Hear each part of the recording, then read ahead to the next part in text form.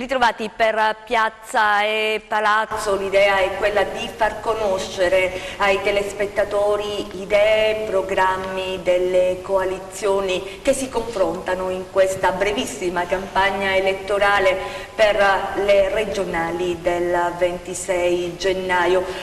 Pochi elementi per entrare proprio entro quello che è uno degli appuntamenti più attesi di questo inverno. Intanto va detto che sono 30 i consiglieri da eleggere per Palazzo Campanella, più chiaramente il Presidente.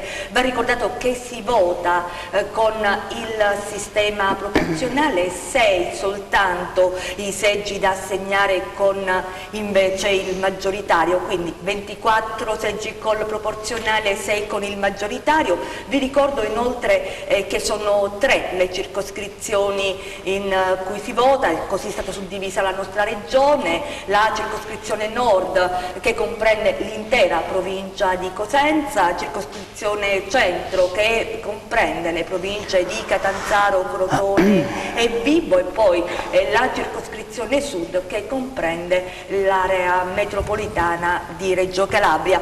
Vi ricordo ancora, perché qualcuno ce lo chiede, che non è possibile il voto disgiunto, un altro no è quello del voto di genere, e infine non ci sarà ballottaggio, perché anche questa cosa lo chiedono: vince chi ottiene più voti. Fatta questa premessa che ci sembrava importante per dare le informazioni pratiche, entriamo proprio nel vivo della trasmissione, del confronto, un confronto oggi tutto al femminile. E grazie per essere con noi a Emira Ciodaro. Lei rappresenta la lista dell'UDC, Iole Santelli presidente, e fa parte della circoscrizione nord. Emira Ciodaro è un medico, magari se la vediamo è meglio. Grazie poi per essere con noi a Rossella Gallo. Lei è una consulente legale, fa parte della lista del Movimento 5 Stelle, ricordo Francesco Aiello presidente, la circoscrizione è la circoscrizione nord. Grazie a Innocenza Giannuzzi per essere con noi. Lei è un'imprenditrice, la lista è appunto Io resto in Calabria con Pippo Callipo presidente, la circoscrizione della circoscrizione centro, dicevamo, quindi Catanzaro, Crotone e Vibo. Cominciamo subito affrontando un po' quelle che sono le emergenze della nostra regione: sanità, ambiente e poi il lavoro, che comprende anche i giovani che vanno via, lo spopolamento, insomma dei problemi a cui il prossimo Consiglio regionale, il prossimo governo regionale dovrà dare delle risposte. Cominciamo da Emira Ciodaro. Dicevamo, lei è un medico, quindi con la sanità dei problemi li conosce da vicino, perché li vive quotidianamente. Una sanità oggi commissariata. Cosa bisogna fare, o meglio, che cosa prevede il programma di Iole Santelli presidente per correggere quella che è insomma una situazione difficile? Sicuramente una sanità, purtroppo bisogna dirlo, allo sbando. Le eccellenze in Calabria sono legate solo a pochissime strutture, per cui è ovvio che ci si ritrova di fronte ad un problema annoso, anche perché il commissariamento non è di recente data, è un commissariamento ormai di decenni che nulla ha portato di buono nella nostra regione. In cui l'analisi, la proposta la proposta è quello di sospendere il commissariamento e ridurlo ad un massimo di 6 mesi da parte di quelli che sono delle persone, dei tecnici di settore che realmente vanno ad incidere e a risolvere quello che è la problematica della sanità, dividendo e separando quello che è una gestione del disavanzo, quindi una gestione squisitamente amministrativa, da quella che è una gestione sanitaria, al fine di non inficiare la qualità degli addetti ai lavori, cioè vale a dire dei medici, di primari, che potrebbero rappresentare poi in Calabria delle eccellenze, non far pesare su eventuali assunzioni di bravi professionisti a vari livelli ovviamente quello che è la spesa sanitaria, che comunque continua a crescere. E ci fermiamo qui per questo primo flash. Innocenza Giannuzzi. Lo ricordo, invece io resto in Calabria per Callipo Presidente. La sanità come la si affronta, come la si vede da questo schieramento, quali sono invece le proposte da mettere in campo? Allora, sicuramente uscire dalla fase di commissariamento, creare dei centri di eccellenza in Calabria, perché sembra assurdo che i calabresi debbano emigrare per curarsi, e senz'altro andare quindi a rivedere anche il piano che è stato creato 10 anni fa in maniera molto ragionieristica, non tenendo in considerazione delle esigenze del territorio, perché le faccio un esempio: l'ospedale di Lamezia non copre solamente la popolazione di Lamezia, ma abbraccia tutto l'Interland, quindi è un ospedale che non deve essere sminuito, ma al contrario deve essere potenziato. Nel periodo, diciamo, invernale ha un bacino di utenza di oltre 120.000 persone, ma nel periodo estivo ovviamente con l'arrivo dei turisti il bacino aumenta e non può tutto quanto ricadere su Catanzaro. Rossella Gallo, sanità, per quanto riguarda invece voi del Movimento 5 Stelle? Allora, che la sanità è allo sfascio in Calabria, questo è ben noto perché è stata politicizzata e spesso le cariche dei primari all'interno degli ospedali vengono nominati dalla politica. Questo ha rappresentato, ed è evidente, ha rappresentato un danno alla sanità calabrese, per cui il Movimento 5 Stelle una delle prime cose che intende fare per la sanità calabrese è quella di togliere la politica dalla sanità e anche riorganizzare tutto l'intero settore sanitario proprio per far sì che la politica non metta mano alle nomine dei primariati secondo appunto le solite il solito modus operandi che in Calabria ha mandato avanti spesso non il più bravo, ma quello che aveva delle amicizie più forti. Ecco, il Movimento 5 Stelle ha tante idee all'interno del programma, ma la riorganizzazione del sistema sanitario alla luce di quelli che sono stati gli scandali, come ad esempio l'ASP di Reggio Calabria, dove era assente un bilancio da anni e le fatture dell'ASP di Reggio Calabria venivano pagate 3-4 volte. Ecco, tutto ciò si ripercuote nei confronti dei cittadini che della sanità hanno necessità e si ripercuote in quale modo? Nel tristissimo modo che purtroppo i calabresi sono costretti al turismo sanitario, visto che qui la sanità non funziona, sono costretti ad andare via per potersi curare. Quindi mi pare di capire, la proposta è quella di via la politica dalla sanità e riorganizzazione del sistema. Esattamente. Ricordo Movimento 5 Stelle, Francesco Aiello, Presidente. Di nuovo Emila Ciodaro, sempre sulla sanità. Il problema vero sono le assunzioni, i medici che non ci sono, no? Negli ospedali. Allora si riuscirà a come dire, dare risposta a questo problema? Questo è quello per il quale bisogna innanzitutto lavorare ed è quello di cui parlavo prima, cioè vale a dire la separazione di quello che è la gestione del disavanzo, quindi di questo debito eccessivo che dopo decenni di commissariamento sicuramente non è stato ridotto, anzi a quanto pare aumenta sempre di più, a favore di quello che invece è una gestione e separare quindi la gestione sanitaria che prevede poi assunzioni e quant'altro. È chiaro che un commissario che è tecnicamente preparato nel settore della sanità e quindi che non va a gestire esclusivamente in maniera amministrativa, andrà in maniera mirata a capire dove bisogna assumere, soprattutto stabilizzare tutte quelle eccellenze che vivono di precarietà quotidiana, cioè nel senso che non hanno contratti stabili e quindi noi rischiamo che poi ovviamente risultano vincitori di concorso in un'altra regione, ci salutano, vanno via depauperando quello che è della loro professionalità i nostri reparti. Certo, anche lei, Innocenza Giannuzzi, sulle assunzioni, il vostro schieramento, in che modo è impegnato e in che modo intende dare delle risposte, perché poi questo è un problema che non riguarda solo chi come dire, aspira a diventare medico o deve, come si diceva, andare fuori regione, ma è un problema che riguarda proprio il servizio sanitario, perché a rischio poi ci sono i LEA, i livelli essenziali di assistenza. Ci sono i LEA, i livelli essenziali di assistenza.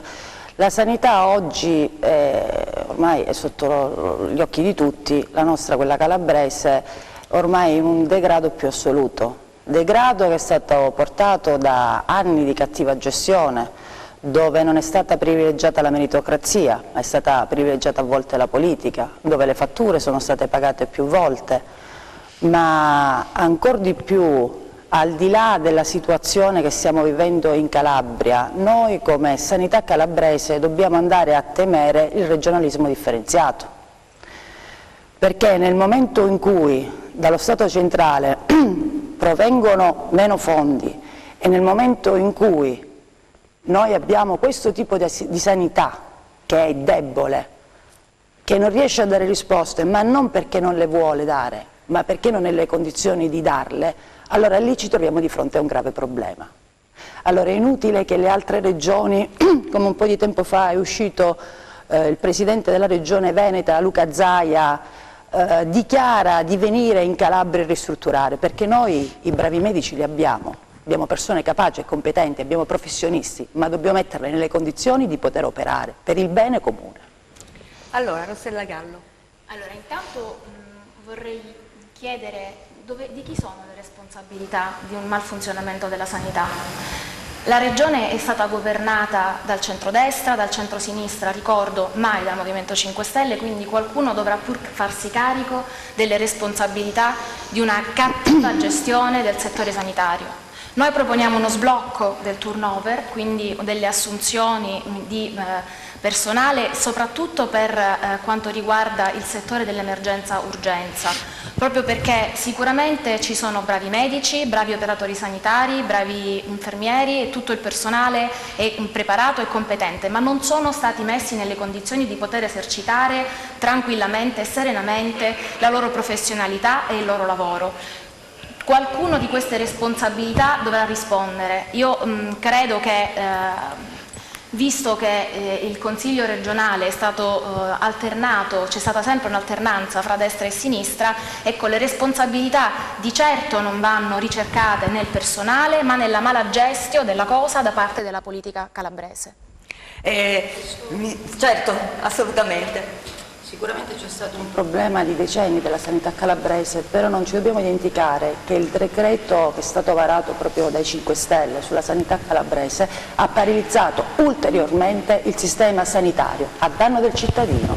Io non vedo il motivo perché devono arrivare i manager per la gestione della sanità calabrese in Calabria, perché ribadisco il concetto, in Calabria abbiamo persone preparate e soprattutto perché venire nella mia terra, e per venire nella mia terra loro dovevano avere anche un compenso maggiore sullo stipendio. Mi sembra esagerato, no? Al di là di tutto, la situazione di stallo in cui oggi siamo è causata ancora di più dal decreto, che invece di aiutare ha debilitato ancora di più il sistema sanitario calabrese. Infatti, se posso intervenire anche io su questo, è molto facile gridare al lupo, quando invece bisogna anche addurre le responsabilità all'attuale governo, perché il decreto Calabria, lo dico da medico, è una sfiducia totale in quello che potrebbe essere una gestione squisitamente della nostra terra. A dare fiducia invece ha paralizzato completamente quello che è il nostro settore amministrativo e squisitamente sanitario, per cui lo sblocco del turnover ci devono venire a dire come lo vogliono sbloccare se non individuano poi le fonti di finanziamento, come si può arrivare a creare delle valorizzazioni infrastrutturali e ospedaliere se non ci sono le fonti del finanziamento. Allora, gridare, ripeto, contro quello che non va saremmo capaci tutti, ma dobbiamo avere anche la concretezza di fare delle proposte, ma proposte concrete con dei radicamenti idealistici ma concreti. Cioè io sblocco il turnover, usando cosa? Io modernizzo gli ospedali, li rendo eccellenze, come? Ma certamente non col decreto Calabria e non con l'ennesimo commissariamento che prevede la presenza di figure totalmente estranee al nostro territorio, totalmente estranee al settore sanitario, e quindi sicuramente io non conosco l'attuale commissario se non da quello che leggo, ma certamente dubito che abbia una preparazione squisitamente sanitaria da poter gestire in maniera ottimale, e anche i 5 Stelle hanno dimostrato, mi perdoni, quello che è stato un po' il leitmotiv di tutti questi anni, cioè farci commissariare da persone che arrivano dal nord come se i calabresi fossero squisitamente degli incapaci. Certo. Allora, il commissario Cotticelli è un generale dell'Arma dei Carabinieri, quindi già di per sé rappresenta una serietà già nella professione che ricopre. Per quanto attiene al fatto che noi siamo al governo, ricordo che è stato un governo travagliato per l'alleanza, prima con la Lega che è caduto, e adesso ciò che è accaduto, diciamo, è ben noto, ma noi siamo al governo da poco. Viceversa, riporto le responsabilità a chi ha gestito la sanità in Calabria attraverso il Consiglio regionale, perché ricordiamo che con la modifica del titolo V della nostra Costituzione e con l'articolo 117 le competenze sanitarie sono da attribuire alla Regione, quindi non allontaniamo il problema allo Stato, perché il problema è strettamente regionale in virtù della modifica del titolo V della Costituzione, per cui francamente questo scaricare le responsabilità a un commissariamento che ha dovuto fare lo Stato centrale, figuratevi voi quanto c'è da lavorare in Calabria, se addirittura è dovuto intervenire un commissariamento e un decreto Calabria fatto apposta per tentare di risolvere dei problemi che si ripetono da anni. E ricordo, e ci tengo a dirlo perché peraltro sono specializzata in questo settore, le responsabilità della mala gestione della sanità in Calabria sono per modifica costituzionale da attribuire esclusivamente al Consiglio regionale e alla Regione Calabria. Allora, posso fare un piccolo intervento? Sì, no, giusto perché la Calabria deve essere gestita da generali, no? Esatto. Perché se noi non abbiamo i generali in Calabria, la Calabria non può essere gestita. Mercoledì in Calabria è venuto Zingaretti. La prima visita che ha fatto in Calabria è stato al centro di neurogenetica di Amalia Bruni. Il centro di neurogenetica di Amalia Bruni sta rischiando la chiusura. Lei ha scritto una lettera al Presidente della Repubblica. Allora, il generale iniziasse a dare risposte a un centro che non è solo di ricerca per la Calabria, ma per tutto il mondo. Allora, sì, continuiamo il giro, però mi piace che Emira Ciodaro possa dire la sua in questo e poi chiudiamo. Sicuramente io ricordo che il commissariamento non è la ricetta magica attuata da questo governo che non aveva scelta, insomma, e quindi l'ha dovuto attuare quasi forzatamente, perché il commissariamento pone le sue radici storiche da oltre tanti anni, insomma dal 2004-2005 se non ricordo male. Il fatto che lei sottolinei che si tratta di un generale dell'Arma dei Carabinieri, a me sinceramente questo non mi garantisce sulla squisita preparazione sanitaria. Ovvio, io non voglio andare oltre, anche perché io sono un medico, per cui non posso per ragioni professionali fare delle valutazioni in merito all'azienda per la quale io sono medico di famiglia massimalista e quindi non posso, ma certamente da politico però mi chiedo se era necessario a far arrivare addirittura un generale, mi pare in quiescenza, dell'Arma dei Carabinieri. Quindi su questo sono convinta e dubito che abbia l'impronta giusta e la preparazione giusta. Io parlo dal punto di vista non amministrativo o legale, ma credo che se ci siano dei problemi legali non è necessario un generale, perché ci si può rivolgere alla magistratura. Viceversa, che credo stia facendo diverse indagini a tappeto. Per quanto riguarda la gestione squisitamente sanitaria, e perdonatemi, io batto lì perché la gente muore al di sopra di tutte queste parole ridondanti, certamente non vedo né una ricaduta, anzi se no un peggioramento della situazione. I calabresi vanno a curarsi fuori, anche per un'appendicite acuta si ha quasi paura di andare in una sala operatoria di un nostro nosocomio, e tutti, ecco la cosiddetta migrazione sanitaria. Poi, ripeto, dare le responsabilità in questo senso hanno responsabilità equiparabili sia il centrodestra sia il centrosinistra e chi ha gestito, ma sono convinto, anche alla luce delle gestioni del Movimento 5 Stelle, Stelle, che sicuramente non hanno dimostrato e non stanno dimostrando di avere anche loro ricette magiche attuabili per quanto riguarda problemi che richiedono invece un'annosa e ricercata, diciamo, competenza e struttura organizzativa. Rossella Gallo, chiudiamo questo argomento sanità molto spinoso, anche perché mi piacerebbe poi capire e sentire gli altri problemi della Calabria. Quindi. Io non sono un politico, non faccio politica, sono una cittadina e da cittadina avverto maggiormente ciò che passano tutti i cittadini calabresi per una sanità che non funziona. È necessario un generale dell'Arma dei Carabinieri? Beh, forse alla luce anche delle indagini del procuratore Gratteri direi proprio di sì. Per quanto riguarda le responsabilità del Movimento 5 Stelle, da un punto di vista, ripeto, regionale non ne abbiamo. Però dateci la possibilità, questo è un appello che rivolgo ai calabresi che sono stanchi di una cattiva gestione non solo sanitaria, dateci la possibilità di entrare nel Consiglio regionale calabrese in modo tale da poterci dare la possibilità di dimostrare quello che siamo in grado di fare, visto che è un dato di fatto, né il centrodestra né il centrosinistra sono stati in grado di risolvere un problema che da anni si ripete sul territorio, quello della sanità. E dunque speriamo che dal 26 gennaio in poi insomma, arrivino delle risposte per i calabresi subito dopo che parte questo nuovo Consiglio regionale e questo nuovo corso. Cambiamo argomento, parliamo invece dell'ambiente. La nostra è una terra con 3 parchi nazionali, 800 km di costa, delle risorse, lo diciamo sempre, lo sottolineiamo, delle potenzialità mai però sfruttate appieno. Allora, io vorrei cominciare questa volta da Innocenza Giannuzzi, perché lei è un'imprenditrice, sì, e quindi capire perché il turismo, che gli studiosi indicano come uno dei possibili volani dell'economia, non sia in realtà praticato, o comunque dal turismo non arrivano i risultati attesi. Innocenza Giannuzzi. Allora, il turismo è una delle principali economie, o dovrebbe essere una delle principali economie calabresi.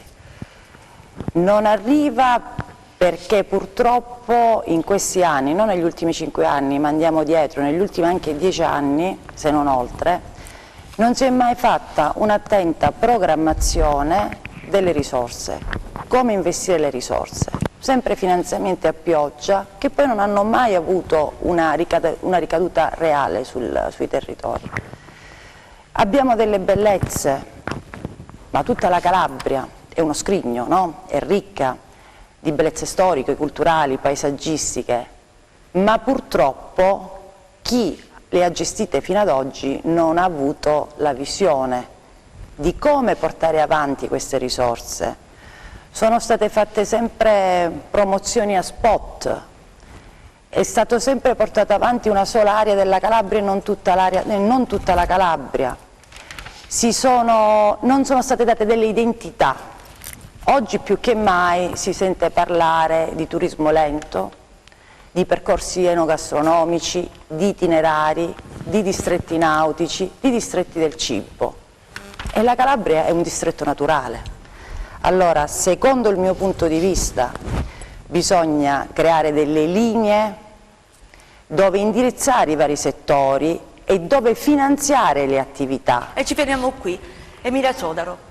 Sull'ambiente, sul turismo, se finora che cosa è stato fatto, se è stato fatto bene, se invece va cambiato e come? Allora, credo che la Calabria, per chi è credente come me, io rifletto che il buon Dio ci ha dato la possibilità di essere detentori di un paradiso terrestre.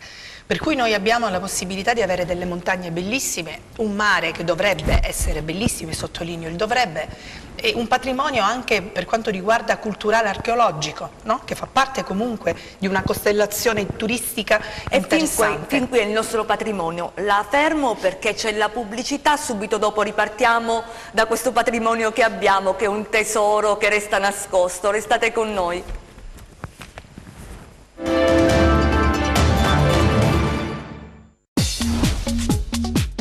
Cerca Teleeuropa sul tuo Play Store o Apple Store e scarica la nostra app.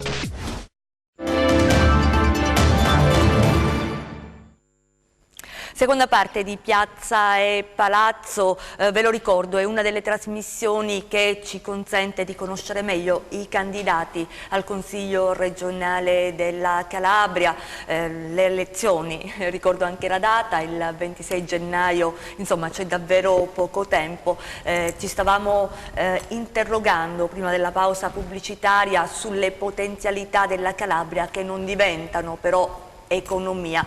Vi ricordo che in studio con noi ci sono Rossella Gallo, lei è per i 5 Stelle, Francesco Aiello presidente, Mira Ciodaro che invece lei è un medico, la lista è l'UDC, per Iole Santelli presidente, Innocenza Giannuzzi, la lista Io Resto in Calabria, circoscrizione centro, presidente Pippo Callipo.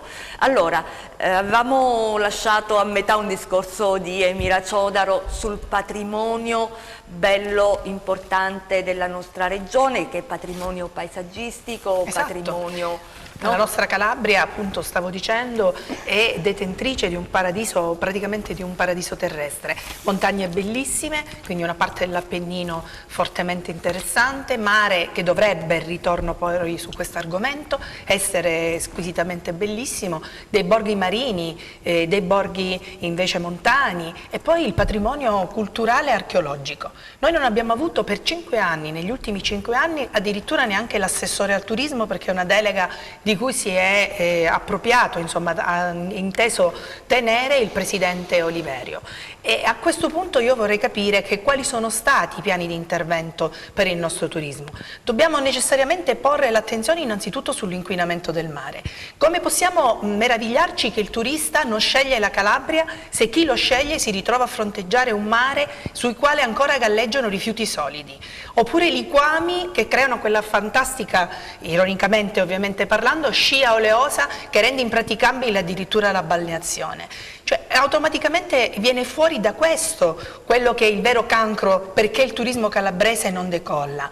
Il turismo potrebbe essere anche, diciamo, potenziato quello archeologico culturale, ma quali piani di intervento sono stati fatti per potenziare, io dico, delle cooperative di giovani, quelle che sono delle aziende che possono interagire nel settore archeologico? Noi abbiamo Sibari, Crotone, la mia città Paola è detentrice della cosiddetta chiesa ipogea, che è fantastica, ma lo conosciamo in pochi, la Locride, Mesma, Reggio Calabria, sono dei siti, Roccelletta, sono dei siti fantastici, ma sono quasi ad uso e consumo familiare, cioè lo sappiamo solo noi calabresi e pochissime persone che vengono dal nord. È un sistema di rete quello che voi proponete? Sì. Ci ritorneremo tra poco. Rossella Gallo invece, secondo il Movimento 5 Stelle, cosa è stato sbagliato in questi anni, come si può intervenire? Intanto la mancanza di un assessore al turismo è una cosa estremamente grave in una terra bella come quella della Calabria, come la nostra terra. Sono stanca di sentirmi dire abbiamo 780 km di costa, abbiamo il mare e le montagne, abbiamo delle bellezze archeologiche, artistiche. Beh, questo sono stanca, sì, le abbiamo, ma quando riusciremo finalmente a farle conoscere al resto del mondo? Questa è la mia domanda. Se in una giunta regionale non nomina neppure un assessore al turismo che si occupi di questo, allora mi domando com'è possibile far conoscere le bellezze che io conosco perché sono calabrese, ma le conosco da sempre, ma nel resto del mondo queste bellezze non sono neppure conosciute. Mi viene in mente una telefonata che ha fatto un nostro attivista al Dipartimento del Turismo calabrese, fingendosi un tedesco che voleva girare un documentario sulla Calabria, chiaramente parlando in inglese. Beh, dall'altra parte del telefono hanno risposto in italiano, gli hanno rimandato la telefonata a più persone, nessuno era in grado di rispondere in inglese ed era un numero del Dipartimento per il Turismo in Calabria. Quindi la domanda che mi pongo è: abbiamo delle bellezze, abbiamo delle eccellenze, però dobbiamo farle conoscere, ecco, e viene da sé che un numero di telefono messo a disposizione per far conoscere le bellezze calabresi, dove non si parla neppure l'inglese, ma dico, mi dispiace, ma addirittura non sanno neppure dare le informazioni in italiano, beh, a me sorge una tristezza infinita. Quindi mi pare di capire che i problemi siano tanti legati a questo ambito. Innocenza Giannuzzi, lei evidenziava prima, intanto le risorse ci sono, però non si capisce bene come vengono utilizzate. C'è un problema no? La domanda è, gli imprenditori in questo caso sono pronti a gestire, hanno difficoltà anche con la burocrazia regionale, quindi va fatto anche un intervento su questo, dove si blocca il meccanismo? Allora, noi abbiamo un problema di fondo in Calabria, che è la burocrazia, e soprattutto il fatto anche che i fondi vengono impegnati e non spesi. Abbiamo 800 km di costa. Allora, ci spiega anche meglio cosa vuol dire nel senso, non spesi, perché molti telespettatori e comunque chi non è del settore diventa complicato. Noi abbiamo ascoltato nell'ultimo anno fondi impegnati per la depurazione calabrese, fondi impegnati per l'erosione costiera. I fondi sono impegnati, però non sono immessi nel sistema, cioè nel senso, io non posso andare a rimodernare i depuratori, io non posso creare le barriere affinché il mare non arrivi verso l'entroterra. Quindi c'è uno scollamento tra la regione, tra le amministrazioni e tra i privati, o per mancanza nelle amministrazioni di tecnici, o per mancanza a volte della regione. Allora questo nesso tra regione e amministrazioni si potrebbe tranquillamente colmare tramite l'università, tramite l'Unical, prendere i ragazzi dell'Unical e metterli a lavorare sulla progettualità, in modo che i fondi vengono stanziati e vengono spesi. Perché se noi parliamo di turismo, la prima cosa nel parlare di turismo dobbiamo salvaguardare il nostro territorio. Lei si immagini un turista che arriva al mare, c'è un'ondata anomala, un forte vento, quel che sia, e alla fine deve vedere la costa che mi viene portata via. Non è bello, assolutamente, no? Far vivere un'esperienza del genere, quindi prima mettiamo in sicurezza il litorale, in sicurezza le strade, in sicurezza anche la depurazione, perché poi alla fine siamo noi anche ad andare a fare il bagno al mare.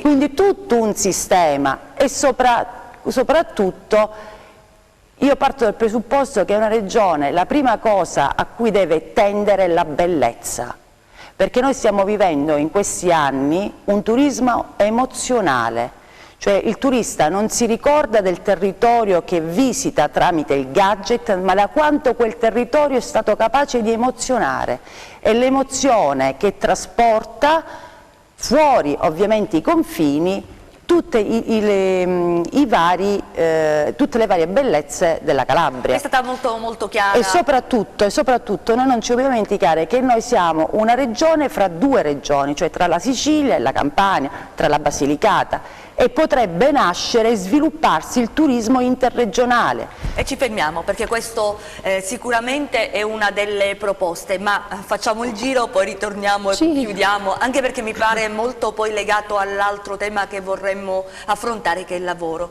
Emilia Ciodaro, lei prima parlava di sistema. Di sistema, ma innanzitutto quando parliamo di ambiente ovviamente dobbiamo porre l'attenzione su quello che sono le infrastrutture.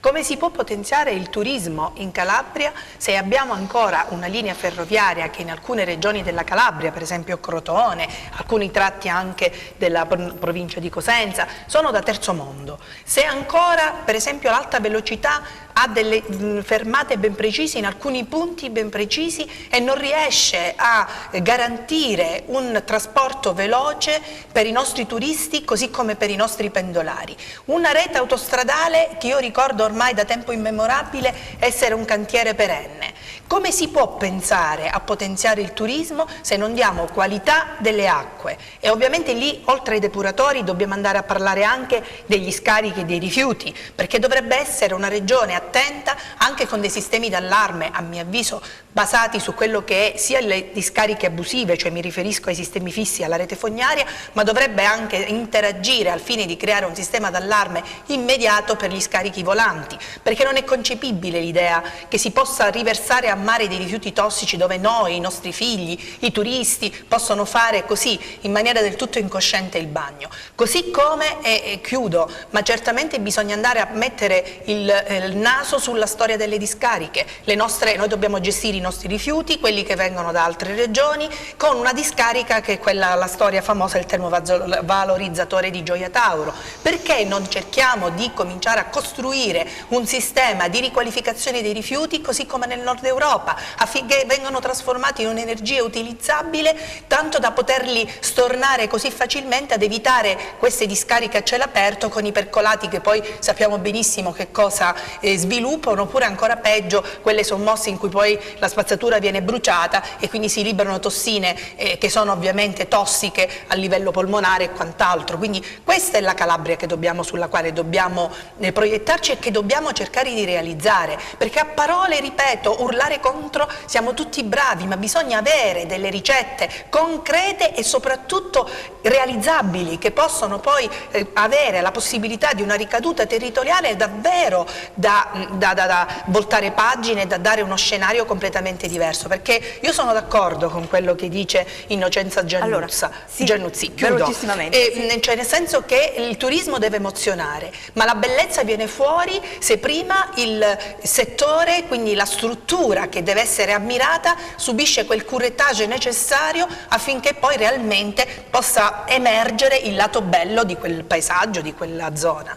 Certo, Rossella Gallo. Mi fa piacere che la dottoressa Ciodaro ha preso l'argomento spazzatura. Si parla di turismo, si parla di spazzatura. Bene, allora Cosenza ha un museo a cielo aperto su Piazza Bilotti che è uno dei musei più grandi del sud. Bene, allora se posso permettermi di rubarti per qualche istante il lavoro di giornalista, voglio fare una domanda alla dottoressa Ciodaro.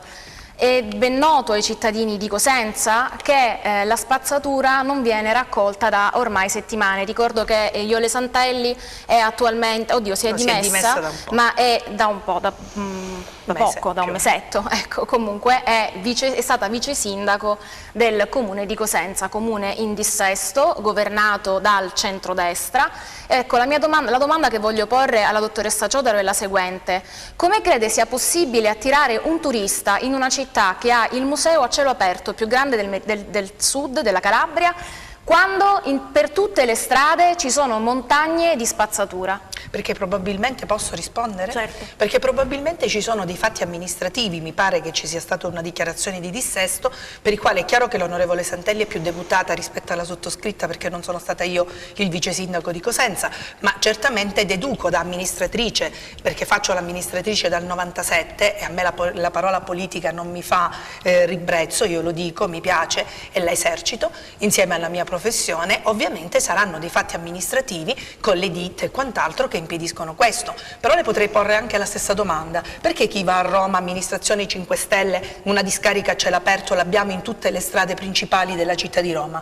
Io ci sono stata di recente, è inguardabile, era una città che era un gioiello, era bellissima, troviamo spazzature incendiate dappertutto, cassonetti che straripano di rifiuti solidi. Di questo ne vogliamo parlare anche? No, non ne vogliamo parlare perché non mi interessa, riguarda la Regione Lazio, io sono concentrata all'obiettivo Regione Calabria. La cronaca, perché è giusto dare anche degli elementi di cronaca.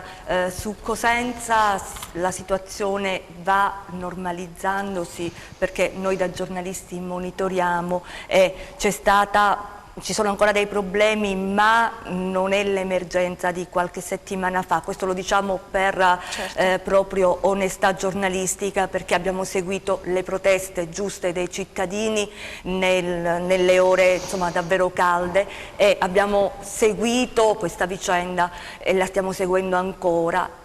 piano piano si sta lavorando, ecco, non è ancora normalizzata, però si sta lavorando. Questo era giusto l'elemento di cronaca e di verità, perché dobbiamo sempre ragionare su elementi di verità. Torniamo, perché credo che resti anche poco di trasmissione, e quindi mi piacerebbe affrontare anche un altro dei cancri di questa regione, ossia il lavoro. Abbiamo assistito proprio nei giorni scorsi, finite le vacanze di Natale, a un vero e proprio esercito di giovani e meno giovani che con le valigie pronte, con il trolley, hanno affollato, preso d'assalto treni, pullman, per tornare a vivere e lavorare al nord, lasciando le nostre città, o meglio soprattutto la provincia, i paesi semivuoti. La regione deve porsi fortemente questo problema, perché se i giovani vanno via chiaramente sarà un lento decadimento della nostra terra. Come affrontare e risolvere questo problema? Perché il lavoro come va creato soprattutto? Lo chiedo prima all'imprenditrice, perché di questo fa questo di mestiere, insomma, Innocenza Giannuzzi. La prima cosa di tutti però, noi calabresi dobbiamo un attimo scrollarci di dosso il fatto di portare sempre alla ribalta le negatività della Calabria. Perché se noi continuiamo a rappresentare la nostra terra sempre come una terra di continua emergenza, poche persone verranno a visitare la Calabria e poche persone vorranno investire in Calabria. Primo dato, perché in Calabria ci sono anche delle eccellenze che non devono però passare come delle anomalie, ma devono essere quelle su cui puntare per riportare alla ribalta in maniera positiva la nostra terra. Prima cosa di tutti. Secondo, i giovani partono perché qui abbiamo un problema non di come creare, non di ricchezza, perché la Calabria è una terra ricca ed ha tutte le potenzialità per essere una terra forte. Noi dobbiamo mettere i nostri giovani nelle condizioni, se scegliere di partire perché andarsi a fare un'esperienza, e non scegliere di partire per trovare il lavoro. Il lavoro come si crea? Il lavoro si crea innanzitutto, io sono una forte sostenitrice della cooperazione, metterli in rete i ragazzi, tutti quanti i giovani in rete, far sì che i bandi regionali siano pubblicati e ci sia l'esito del bando in un tempo certo, 30 giorni, non un anno, 2 anni, perché poi passa la voglia di fare impresa, e soprattutto rifar partire le infrastrutture calabresi. Ma lei si immagini una persona, o anche noi stessi, che investiamo nel nostro territorio, che facciamo impresa, che abbiamo delle difficoltà di viabilità. Nel nuovo piano di sviluppo infrastrutturale nella nostra regione c'è una piccolissima linea rossa che vede, che è la 106, altre opere non esistono. E ci fermiamo qui, perché tanto ci ritorniamo. Allora, Emira Ciodaro. Guardi, io ho aperto la mia campagna elettorale lo scorso 4 gennaio nella piazza principale della mia città, proprio riflettendo su questo. Cioè il 23 di dicembre ho avuto modo di vedere, arrivava la Freccia d'Argento, quindi l'unico treno che arriva dal nord, percorre tutta Italia, è a Stazione Paola, e ho visto scendere decine e decine di ragazzi e infilarsi ognuno nella macchina dei propri genitori. Lì per lì ero rimasta anche così, perché non capivo il motivo di un traffico che si era praticamente intasato. Poi però questo mi ha portato a riflettere e a pensare che il fallimento della politica è proprio questo.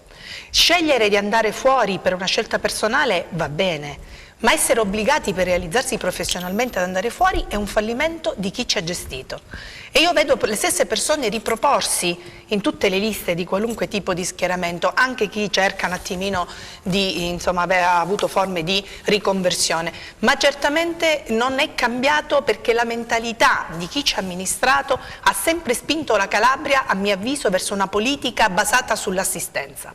L'assistenza rende poveri, perché dà alle persone la sensazione di un sollievo transitorio, ma non hanno mai programmato una politica proiettata nel futuro per creare posti di lavoro concreti da inserire in una struttura, in un tessuto lavorativo sociale importante. Tanto che Abbiamo visto anche il reddito di cittadinanza. Io non sono totalmente contraria, perché chi ha bisogno è giusto che gli venga dato un sollievo, però se questo è una fase, uno step intermedio da poter poi far transitare la persona verso il mondo del lavoro. Sfido chiunque in Calabria che abbia ricevuto un'offerta di lavoro nel frattempo che percepiva il reddito di cittadinanza. Non mi risulta, almeno quelle sono le statistiche ufficiali che io leggo, poi se ci sono statistiche alternative le disconosco, per cui non voglio cadere in errore. Quindi l'idea è quella di creare più lavoro, imprenditoria. Allora, il posto fisso non esiste più. Perfetto, e allora ci fermiamo, sentiamo Rossella Gallo e poi rifacciamo questo giro sulle idee del lavoro. Immaginatevi quanto avverto da giovane, perché ho 33 anni e sono laureata da poco, quanto avverto la mancanza del lavoro in una terra come la Calabria. I miei genitori ogni Natale fanno parte di quei genitori che vanno a prendere il figlio alla stazione perché scende da Roma, perché ha trovato lavoro a Roma nel Lazio e non certo in Calabria. Gran parte dei miei compagni di classe e delle mie amiche e dei miei amici lavorano fuori perché in Calabria non c'è la possibilità di lavorare. Ieri ho fatto una passeggiata per parlare con gli studenti dell'Unical e parlando con i ragazzi dell'Unical ho capito che loro hanno un sogno, che è il sogno di poter restare in Calabria per lavorare, per mettere a disposizione le competenze che hanno acquisito all'università e nei vari istituti, a disposizione della loro terra, che amano, dove sono cresciuti, dove vogliono restare a lavorare senza il ricatto della politica. Mi ricollego però un attimo perché mi preme, porto avanti l'idea del Movimento 5 Stelle, si è parlato di reddito di cittadinanza, è una manovra che è stata fatta per i poveri e l'attuazione dei centri per l'impiego è di competenza regionale, quindi anche qui forse c'è un po' di confusione su quelle che sono le competenze regionali, ecco perché è estremamente importante che il Movimento 5 Stelle riesca a mettere piede in regione, proprio per far sì che quelle politiche nazionali grandiose, uniche, che sono state fatte negli ultimi 20 anni, le ha fatte il Movimento 5 Stelle, trovino attuazione anche in regioni come la Calabria. È accaduto in Campania, è accaduto in Calabria, il Consiglio regionale si frappone, fa da tappo a quelle che sono le politiche nazionali, proprio perché ricattandoci con il lavoro ci tengono schiavi. E allora io di nuovo faccio un appello ai calabresi a scegliere il Movimento 5 Stelle per poter liberare la regione anche da questi vincoli che sono rappresentati dalla vecchia politica. Non la vedo molto d'accordo. Non posso essere d'accordo con il Movimento 5 Stelle sul reddito di cittadinanza, perché se loro sapevano benissimo la situazione in cui vertevano i centri dell'impiego calabresi, allora è inutile applicare il reddito di cittadinanza. Allora toglilo ai cittadini calabresi che lo percepiscono. Allora è inutile. Questa è la tua proposta? Non penso. Se il centro dell'impiego non funziona, ha un malfunzionamento e quindi non riesce a mettere in connessione il privato con chi percepisce il reddito di cittadinanza, allora non ha senso. Allora diciamo un'altra cosa che è più bella: i centri dell'impiego non funzionano, noi Movimento 5 Stelle però vediamo il reddito di cittadinanza, finito il tempo del reddito di cittadinanza, pazienza, noi ci abbiamo provato. Non è così. Siamo più corretti, siamo più corretti, perché la signora, l'avvocato qui si è appena laureata a 33 anni, io faccio impresa da 26 anni, quindi sono sul territorio da più tempo e so come hanno funzionato, come continuano a funzionare determinati tipi e sistemi. La verità è una, che per creare lavoro bisogna portare avanti la meritocrazia, mettere le persone nei posti giusti, nei posti chiave, prima cosa di tutti. Secondo, dobbiamo far diventare la nostra terra, che è ricca, attrattiva, ancora di più di quello che lei lo è già per natura.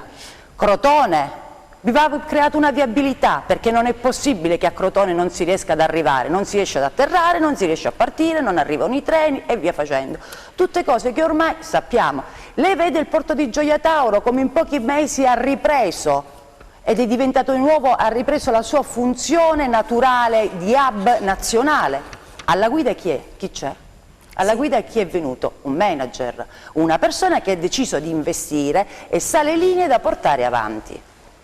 Quindi è vero sì che abbiamo una serie di problemi, anzi non iniziamo dal primo, tutti insieme a risolverli, perché noi abbiamo un dovere, la politica ha un dovere. quello di stare sul territorio, di sentire le istanze del territorio e soprattutto di dare le risposte, perché risposte oggi, mi dispiace dirlo, io dai 5 Stelle non ne ho visto. In Calabria ho visto, scusi, no, lei mi deve fare finire di parlare, certo. Ho visto solamente un ulteriore danno dei 5 Stelle provocato al tessuto imprenditoriale calabrese con la realizzazione di un'altra autorità portuale, smembrando la portualità calabrese, dove gli stessi 5 Stelle, mi scusi un attimo, sono andati, il loro candidato a presidente Francesco Aiello era il promotore, è stato colui che ha realizzato l'area ZES. Sì, allora io però sono in chiusura, quindi velocemente, davvero velocissimamente. In Calabria ci sono replica. 62.000 percettori di reddito di cittadinanza. Il reddito di cittadinanza ha creato 500 posti di lavoro nonostante i centri per l'impiego, ricordo sempre, di competenza regionale. Mi pare di ricordare che la competenza regionale e che il Consiglio regionale è attualmente Oliverio, giusto? Se non ricordo male, questa è un'informazione corretta? Allora, bene. E allora le volevo un attimo, posso? No. Velocissimamente solo un attimo perché sono in chiusura. Il reddito di cittadinanza è una riforma per i poveri. Allora, no, voglio intervenire. Sì, allora, Io non devo dare la sussistenza, io devo cercare il lavoro. Il reddito di cittadinanza è una riforma demagogica che ha dato un contentino, che ha avuto ovviamente un ritorno elettorale, ma che dal punto di vista occupazionale è stato soltanto una presa in giro per i nostri giovani. Bisogna smetterla con queste politiche di assistenza e dare ai calabresi la possibilità di potenziare l'imprenditoria, e quindi la regione deve farsi carico di piani di intervento per potenziare il settore imprenditoriale. Mi scusi, io l'ho ascoltata. I piani imprenditoriali in maniera tale da poter così creare delle occasioni di lavoro stabili e dignitose, senza avere, mi consenta, senza avere il contentino a fine mese che poi viene praticamente dato, e addirittura poi si è visto anche le inchieste della Guardia di Finanza, erano persone addirittura immeritevoli economicamente anche del reddito di cittadinanza. Allora, finito questo argomento, abbiamo davvero solo un minuto a testa per l'appello agli elettori. Innocenza Giannuzzi. Innocenza Giannuzzi, candidata nel collegio centro per la lista Io Resto in Calabria. Quello che dico è quello che dice sempre il mio presidente Pippo Calipo: calabresi, dateci fiducia, e soprattutto mi rivolgo alle persone che sono stanche della politica di tornare a votare, perché noi rivoluzioneremo la Calabria. Emilia Ciodaro. Anche io, il mio appello, sono Emilia Ciodaro, candidata nella lista dell'UDC nella circoscrizione nord della Calabria. Il mio appello è proprio questo: innanzitutto di tornare ad avere fiducia nella politica, mettendo da parte quelli che sono i politicanti per mestiere, e cercare di eleggere delle persone competenti, oneste, che possono fare squadra con un presidente come Jole Santelli al fine di poter far vedere delle ricadute concrete sul proprio territorio. La Calabria ha l'obbligo di voltare pagina. La Calabria può tranquillamente tornare a sognare, perché non bisogna arrendersi assolutamente mai e crederci sempre. Rossella Gallo. Rossella Gallo, circoscrizione nord, candidata con il Movimento 5 Stelle. Sentitevi liberi di cambiare, perché le responsabilità di una cattivissima gestione che è stata fatta in Calabria di certo non sono il Movimento 5 Stelle, ma sono di una classe politica dirigente che ha dimostrato di essere la peggiore classe politica di sempre. Sono 40 anni che ci amministrano, sono 40 anni che ci amministrano male, quindi ritengo sia arrivato il momento di sentirsi liberi di cambiare, scegliendo Aiello presidente. Grazie a voi per averci seguito, grazie a Francesco Camposani in studio, a Enzo Leonetti in regia, vi auguriamo un buon proseguimento.